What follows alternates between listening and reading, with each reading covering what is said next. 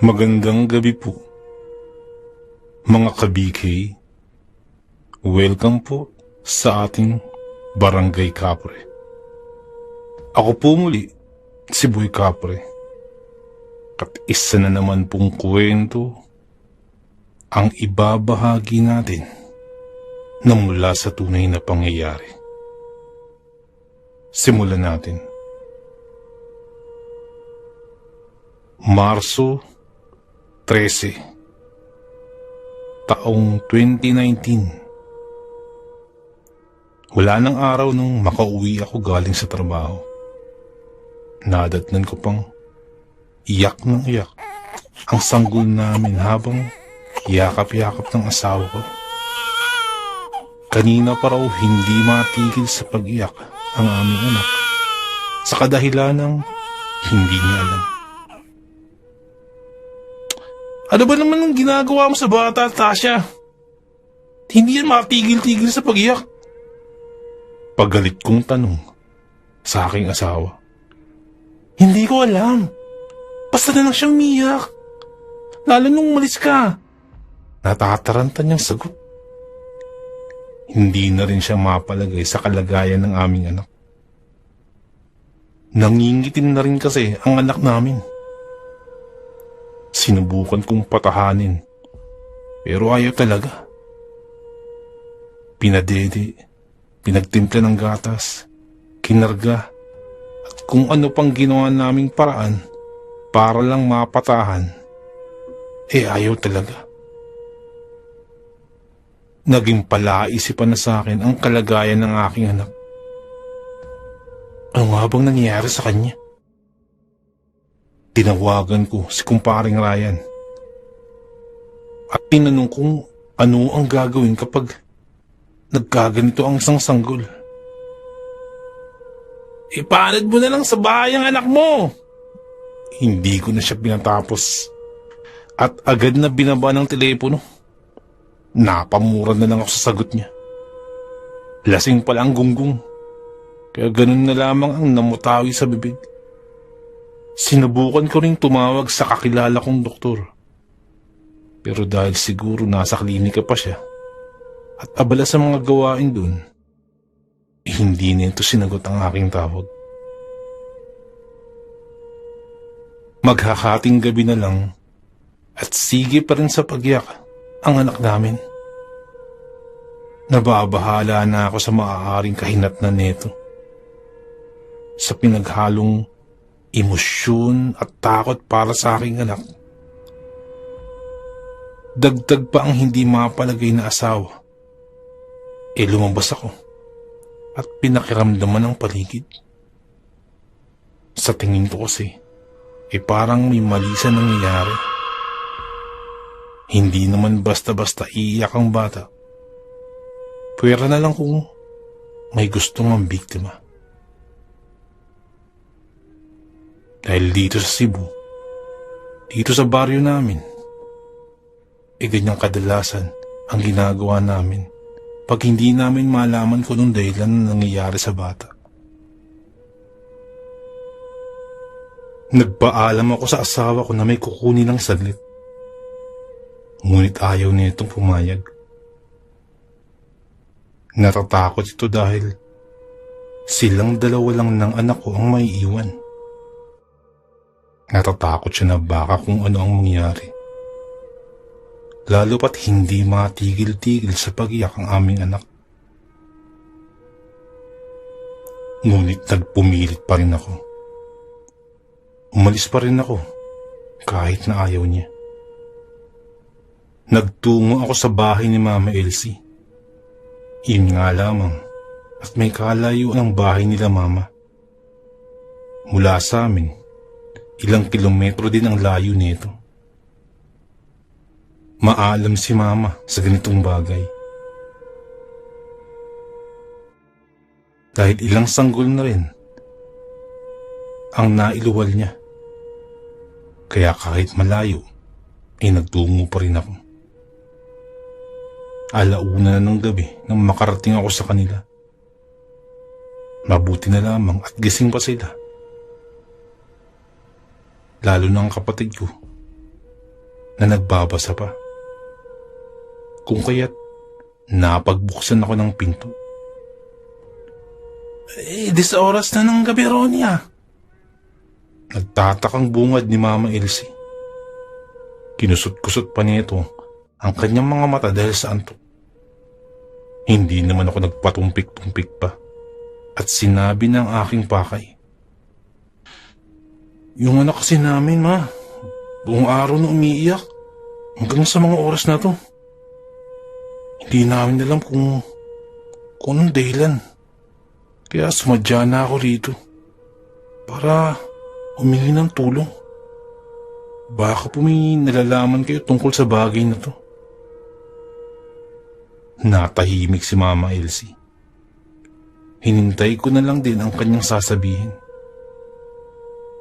Sa tingin ko, tinitimbang-timbang pa niya ang mga bagay-bagay. Baka may umaaligid-aligid sa bahay ninyo kaya nagkagano ng bata, sabi ni Mama. Agad ko namang nakuha ang pakahulugan ng kanyang sinabi. Minsan na rin kasi akong sumaksi sa mga kakaibang kaganapan nung kabataan namin. At sa mga panahong sanggol pa lamang ang mga nakababatang kapatid ko. May puno ng suha sa likod ng bahay natin. Magbali ka ng sanga at ilagay mo ito sa gilid ng bahay ninyo. Malapit sa kinalalagyan ng bata. At pakiramdaman mo ang paligid. May sinasabi pa si Mama, pero hindi ko na siya pinakinggan pa.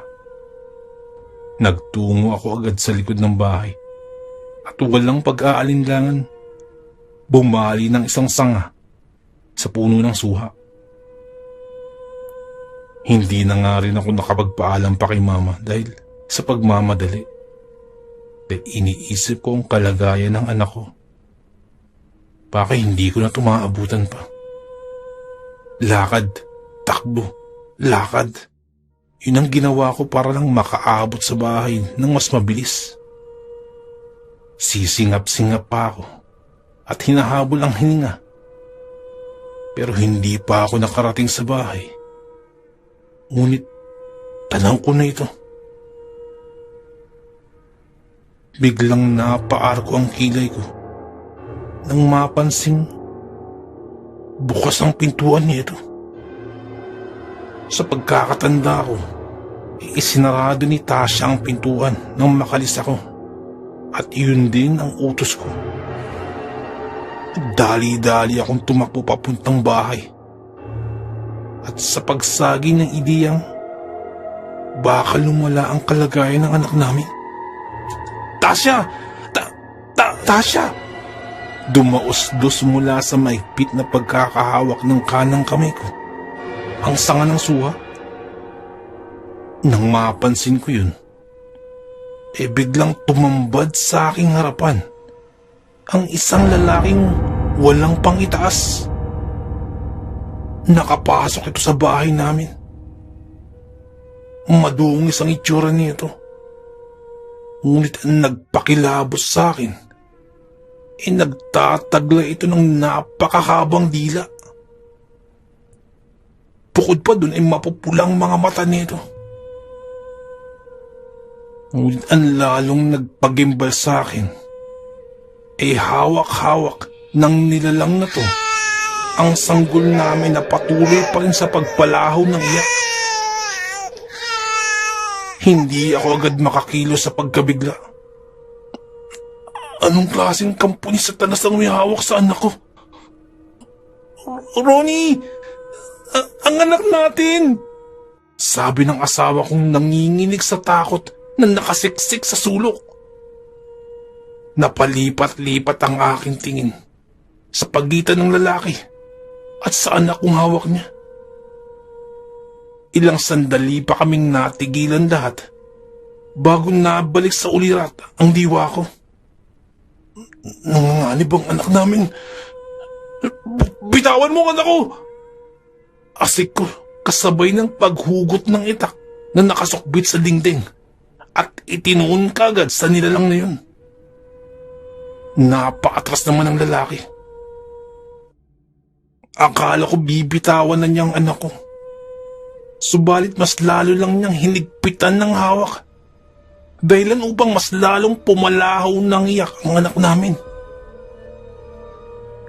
Napaawang ang bibig ko at halos lumuwa ang mga mata sa panlalaki. Nang ihagis niya sa ere ang batang hawak at sinalo gamit ang isa niyang kamay. Hawak-hawak nito sa paang bata nang nakapatiwarik sa pamamagitan ng kanyang kanang kamay. May mapangutyang emosyon ang gumuhit sa mukha ng lalaki na tila ba pinaglalaroan niya lang kami. Pakiusap! Bitawan mo anak ko! Ako na lang kunin mo! Nangingilid na ang mga luha ko sa kalagayan ng aking anak. Tuluyan nang nangitim ang bata sa tindi ng paghiyak. Hindi naman maaawat sa pagikbi at pakikiusap ang asawa ko sa gilid. Ibinaba ko na rin ang hawak na itak dahil mas lalo lang niyang sinasaktan ng bata sa tuwing tatangkain kong tagain siya. Kasunod nun, lumuhod na rin ako sa harapan niya. Nakikiusap na huwag galawin ang anak ko. Pero ang lalaki sa harapan ay masyadong mahirap at matigas pakiusapan. Saksi ang dalawang mata ko kung paano niya napisan ng pisngi ng anak ko gamit ang kanyang kuko at agad na dinilaan ng pumapatak na dugo. Halos masiraan na ako ng bait sa kalagayan ng anak. Kahit anong gawin kong pakiusap at pangungumbinsi ay hindi ito natinag. Nasa ganung tagpo kami nang may mga boses ang narinig ko mula sa labas. Ronnie! Ronnie! Ronnie! Agad akong napatayo at tinignan ko sino ang mga to. Sina mama pala, kasama ang mga kapatid kong lalaki. Agad akong napatakbo sa kanila. Natataranta pa. Sa sobrang pagmamadali ay halos nakaladkad ko na si mama sa loob ng bahay. Subalit kapwa kami napatigil nang hindi ko na makita ang lalaki sa loob kasama ang anak ko. Tinangay ang anak natin, Ronnie! Hiyaw ni Tasha sa gitna ng paghikbi habang pinapaulanan ako ng hampas. Kitang-kita ko ang napakalaking butas sa aming bubungan na pinagtaasan ng lalaki. Maya-maya ay sumili pa ang lalaki at ginawaran kami ng ngiting malademonyo. Hayop ka! Ibalik mo ang apo ko! Sigaw ni Mama Elsie. Nanlumo ako at hindi na matinag sa kinatatayuan. Nanatili ang paningin ko sa butas na bubong habang samot-saring ideya ang tumatakbo sa aking isipan. Hindi ko na ba makikita ang anak ko? Maliligtas ko pa kaya siya? Mabawi pa ba namin siya? Hindi ko na alam ang nangyayari sa paligid. Pero ang pandinig ko ay aktibo pa rin. Naririnig ko pa rin ang mga boses sa paligid. Pero hindi ko makuha ang gumalaw. Na pati pag-awang o pagkurap ay ayaw. Naririnig ko na lamang ang mga boses nila mama at ng mga kapatid ko. Na parang may hinahabol sila. At tinutugis nila ang nilalang na yun. Ibalik mo ang bata! Ibalik mo yung bata sa amin! Hahayaan ka namin mabuhay. Ibalik mo yung bata. Kung ayaw mong ibalik, papatay ka namin. Nabalik lang ako sa ulirat nang hampasin ako ng walis tingting sa muka ng asawa kong balisang-balisaan na rin sa nangyayari. Tatayo ka na lang ba dyan? Yung anak mo, sa bingit ng kamatayan. tila sako ng basurang kinakaladkad niya ako palabas ng bahay. At dun ko lang nalaman na na-corner na ng mga kapatid ko kasama si mama at ilang kapitbahay namin ang nasabing lalaki. Pero yung anak namin ay hawak-hawak pa rin niya. Huli na to! Hahayaan ka namin lumayo pero ibalik mo yung bata! Galaitin ang nakatatandang kapatid kong lalaki. Sa halip na pakinggan ng aming daing, mas lalo lang niyang sinakta ng bata. Inipit na ito. At dahil doon ay nawalan na naman ako ng lakas na hanggang sa pagtingin na lamang ang ginawa ko. Sinubukang kausapan ni Mama Elsie ang lalaki sa mahinahong paraan. Nung una ay nakikinig naman ito. At dahan-dahang ibinaba ang bata. Ngunit nang mapansing papanain siya ng isa sa mga kapitbahay namin, muli niyang hinigpitan ng hawak sa anak ko. Ibaba niyo muna kasi yung mga sandata niyo. Paggalit na sigaw ni Mama Elsie sa lahat, na sinunod naman ng aming mga kapitbahay. Sige na, ibalik mo sa amin ang bata. Hindi ka namin sasaktan. Baling ni Mama sa lalaki. Pinasadahan muna kami ng tingin ng lalaki bago niya iniabot ang bata kay Mama. At sa wakas nabawi namin ang anak ko na agad na niyakap ng asawa ko. Pero nang magsimula na kaming lumakad palayo, muling naging agresibo ang lalaki. Ang napakahaba niyang dila ay tila ahas na pumulupot sa kung sino mang mahagilap nito at walang alinlangang kinapusan ng hininga. Naalerto ang lahat kung kaya tumandaan na rin sa pakikipaglaban. Likas na matapang ang mga tao rito sa amin. Kaya hinarap nila ito. Nahirapan silang mapatigil ang lalaki dahil sa pambihirang lakas at hindi birong paraan ng pagpatay ng kanyang biktima. Habang nangyayari yun ay pumasok naman ako agad sa bahay at isinarado ang lahat ng maaaring pasukan. Niyakap ko ng mahigpit ang mag-ina ko habang pinapanood sa maliit na bintana ang nangyayaring labanan sa labas. Nasugatan mga kapatid ko, lalong-lalo na si Kuya Jason. Nakita ito ni Mama kaya ganun na lamang ang pagkagalit niya. Nasundan ko na lamang ng tingin ang mga sumunod na ginawa ni Mama. Nadampot niya ang sanga ng suha na nakalagay sa labas at ipinanghampas sa katawan ng lalaki nang makakuha ng tiyempo. Walang tigil na hinampas siya ni Mama hanggang sa mabawasan ang lakas nito at tila ba napapaso ang balat na madampian ng suha. Ilang sandali pa ay humandusay na ito sa lupa na tila ba naubos na ang lakas para manghasik ng lagim.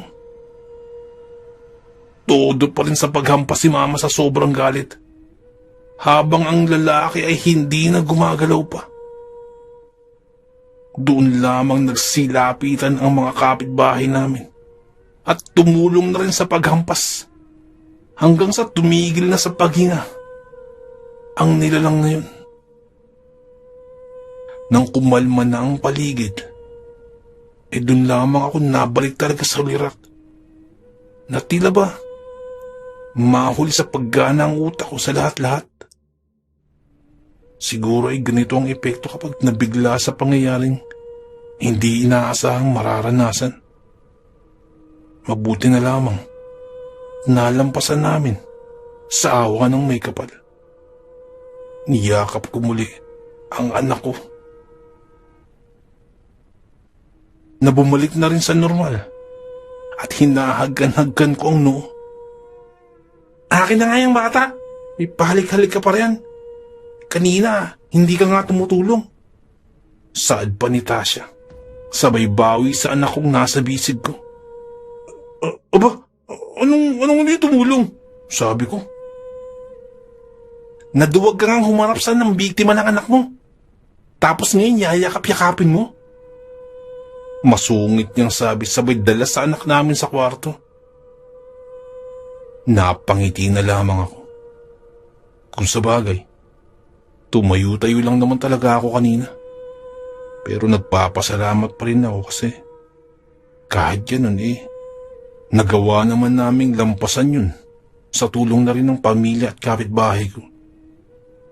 Magmula sa insidente yun, lagi na akong naglalagay ng siwa sa aming bahay na siyang magiging panangga namin sa anumang kampo ng kadiliman.